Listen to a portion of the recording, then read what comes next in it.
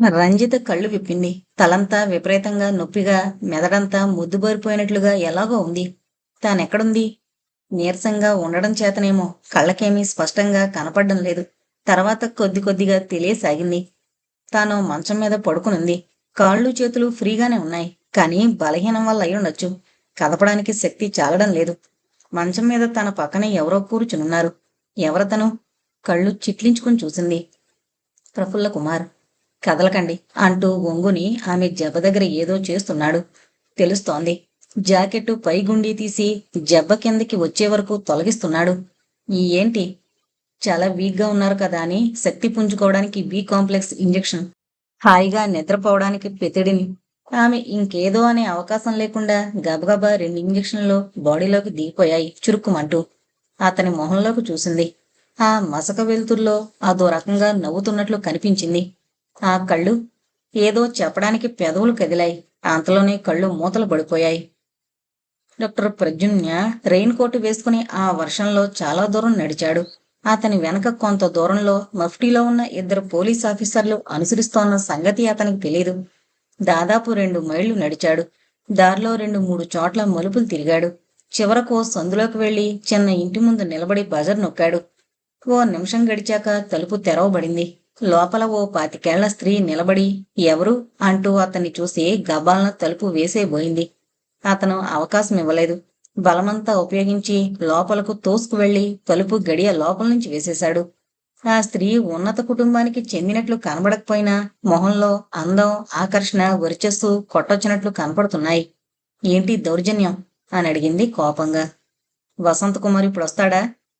వసంత్ కుమార్ ఎవరు? ఫెడీమని ఆమె చెంప మీద కొట్టాడు. దిమ్మిరిపోయినట్లై నిర్ఘాంతపోతూ ఉండిపోయింది. వసంత్ కుమార్ ఎవరో తెలీదా అంటూ మళ్లీ చెయ్యెత్తాడు. వెదురుగా చూస్తూ ఒక్కడుగు వెనక్కి వేసింది. ఎవరు నువ్వు? నేనెవరైతే నీకెందుకు? వసంత్ కుమార్ని కలుసుకోవాలి. ఆయన ఇక్కడికెందుకొస్తాడు?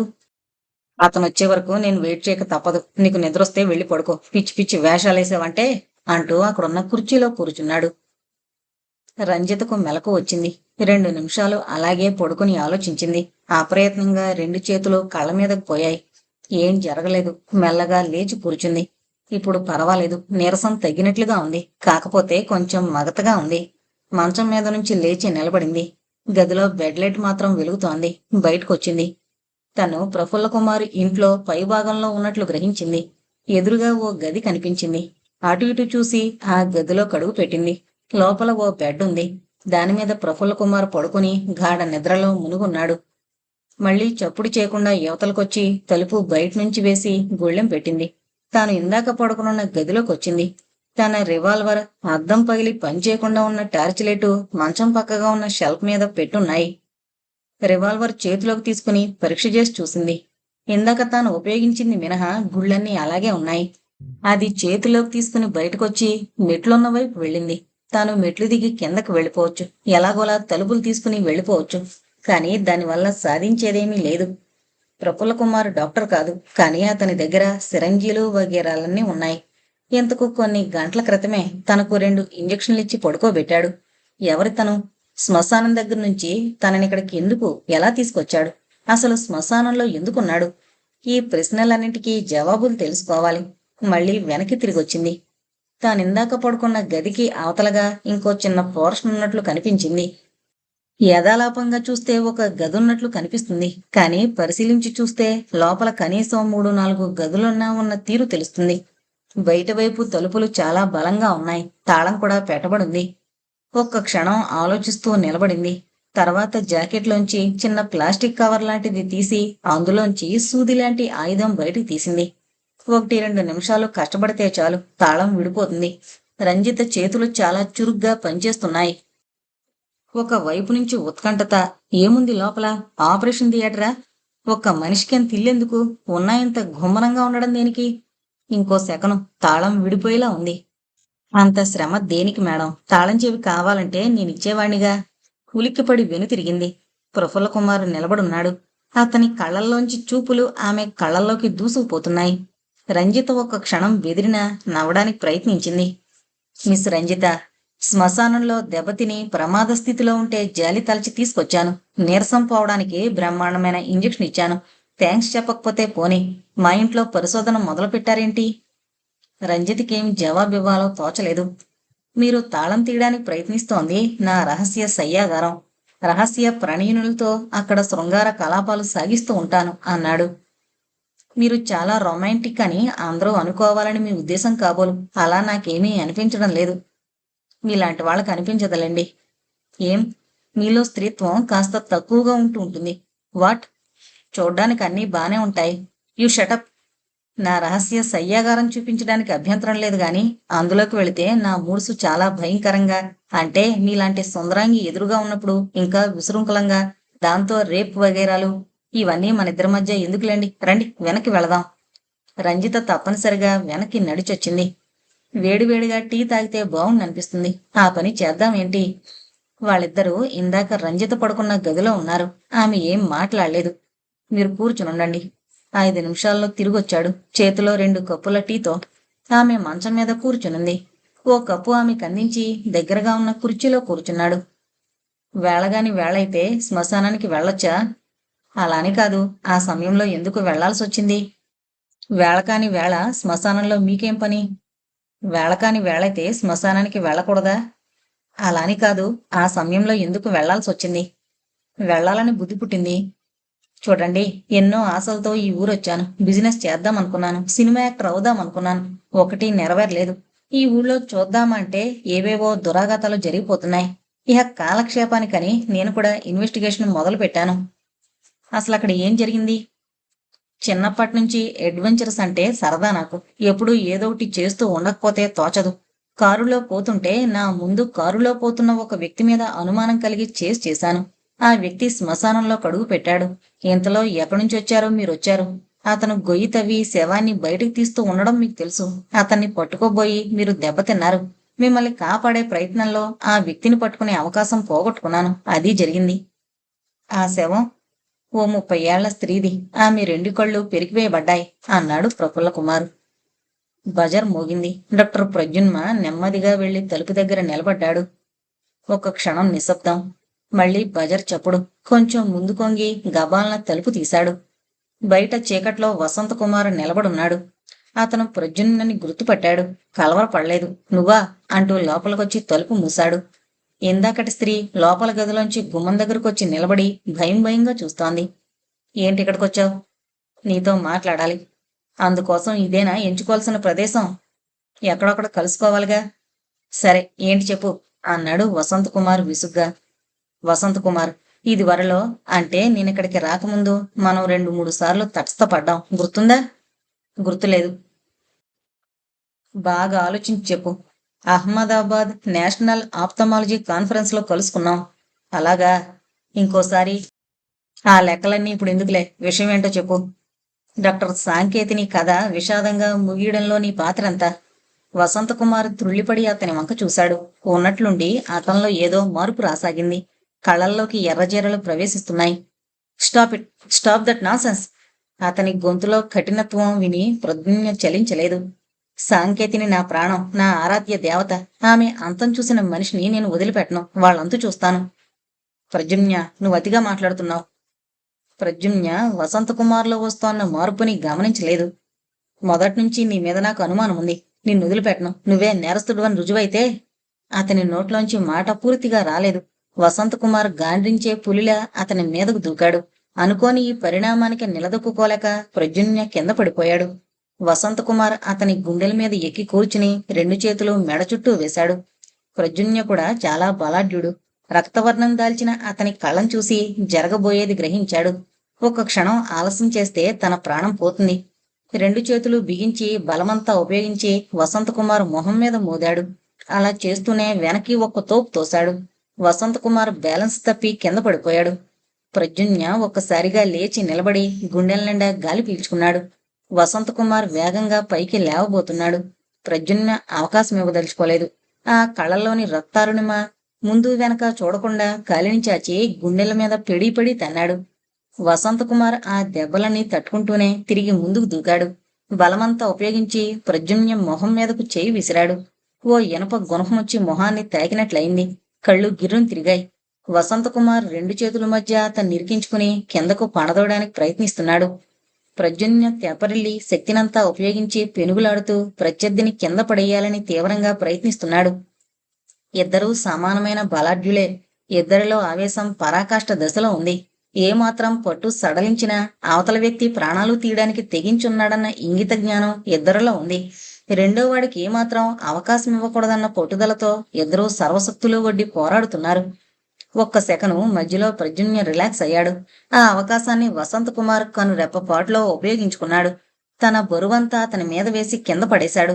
అలా పడేస్తూనే రెండు చేతులు అతని మెడ చుట్టూ వేసి గట్టిగా బిగించాడు. ఏం జరుగుతుందో ప్రద్యుమ్న గ్రహించాడు. మెడ నొక్కుపోతుంది. ఊపిరాడడం లేదు. కనుగుడ్లు పైకి పొడుచుకుని వస్తున్నాయి. ఎలాగైనా వసంత కుమార్ బొల్లు కప్పు పట్టు నుంచి తప్పించుకోవాలి. అతని మెడను చేజిక్కించుకోవాలి.